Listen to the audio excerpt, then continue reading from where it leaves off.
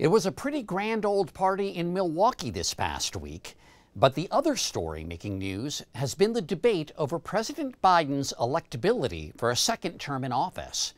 Our Robert Costa offers an assessment.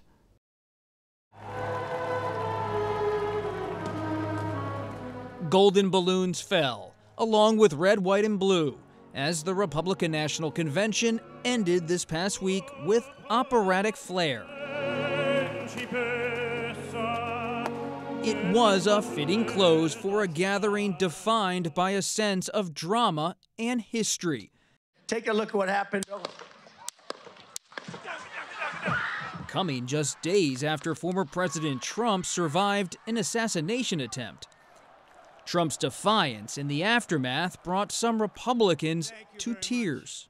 There was blood pouring everywhere, and yet, in a certain way, I felt very safe because I had God on my side.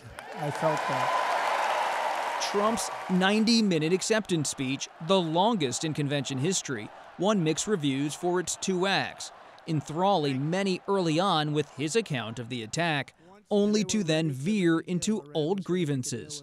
And then we had that horrible, horrible result that we'll never let happen again. The election result, we're never going to let that happen again.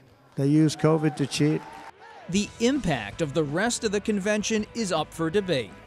There were overtures to working Americans, especially those in the industrial Midwest, the home of Trump's running mate, 39-year-old Ohio Senator J.D. Vance. And many of the people that I grew up with can't afford to pay more for groceries, more for gas, more for rent, and that's exactly what Joe Biden's economy has given them. There was celebrity and spectacle. Let Trumpomania run wild, brother! And there was a parade of speakers meant to show Trump's critics have come around. I'll start by making one thing perfectly clear. Donald Trump has my strong endorsement, period. But was this past week an omen of a coming Trump victory? Or was it a fleeting moment with many tests to come? Do you buy all this talk of Republican unity? Well, it's certainly unified here at the convention. Former Arkansas Governor Asa Hutchinson ran against Trump for the nomination. Although he was in Milwaukee, he remains a holdout on Trump. Are you going to vote for Trump? I have not here to endorse anyone. What's your hesitation? Well, my hesitation is January 6th. My hesitation is a character that he's demonstrated in the past. I think character is still important for the leader of our country. Winning over some conventional Republicans could be a lingering challenge for the unconventional nominee. And by tapping Vance as his running mate, Trump leaned into his own populism, elevating someone who has embraced Trump's upending of GOP policy, as well as someone who has said he would have done the opposite of what former Vice President Mike Pence did on January 6th.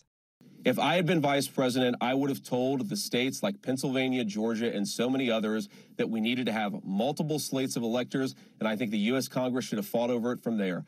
Legal challenges over the Capitol attack also remain for Trump, as does the peril of a possible prison sentence this fall, following his criminal conviction in New York. Some Democrats look at all this and see an opening for President Biden to gain ground. The futures could not be more different between Donald Trump's future and the future where Joe Biden wants to lead us. And Americans already agree with us. And say they should now focus on framing Trump as a threat to democracy and to abortion rights. Trump and J.D. Vance don't care about women. They don't care about girls in this situation. But Democrats this past week seem to be doing anything but that. Democrats feel that he has to get out of this race, and he doesn't want to do it. That's the whole reason that this is going the way it is. If he would have, bowed out gracefully a couple of weeks ago, we would never be in this situation. The Wall Street Journal's Molly Ball is the author of a biography of former Speaker Nancy Pelosi. In recent days, Pelosi's longtime ally, Congressman Adam Schiff, kicked off a firestorm in Washington when he urged Biden to exit, the beginning of a cascade of Democrats calling for Biden to leave the stage. Biden's advisors have pushed back hard against the naysayers. Absolutely, the president's in this race. You've heard him say that time and time again. And Joe Biden is more committed than ever to beat Donald Trump. And they say he'll soon be back on the campaign trail.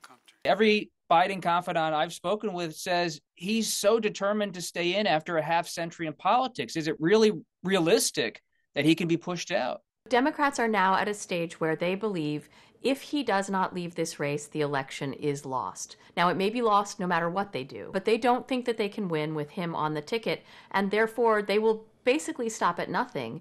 If Biden did stand aside, there could be chaos. We have no idea what would happen if Biden were to leave the race. I think it would depend very much on the terms that he left on and what he decided to do.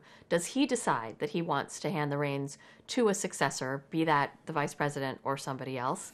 Does he anoint this idea of an open or a brokered convention? We have not had a sitting president step off the ticket in more than 40 years. Motown is Joetown, and it is.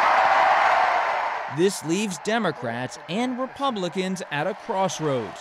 Some Democrats on edge about Biden, some Republicans on edge about Trump, and voters bracing for turbulence.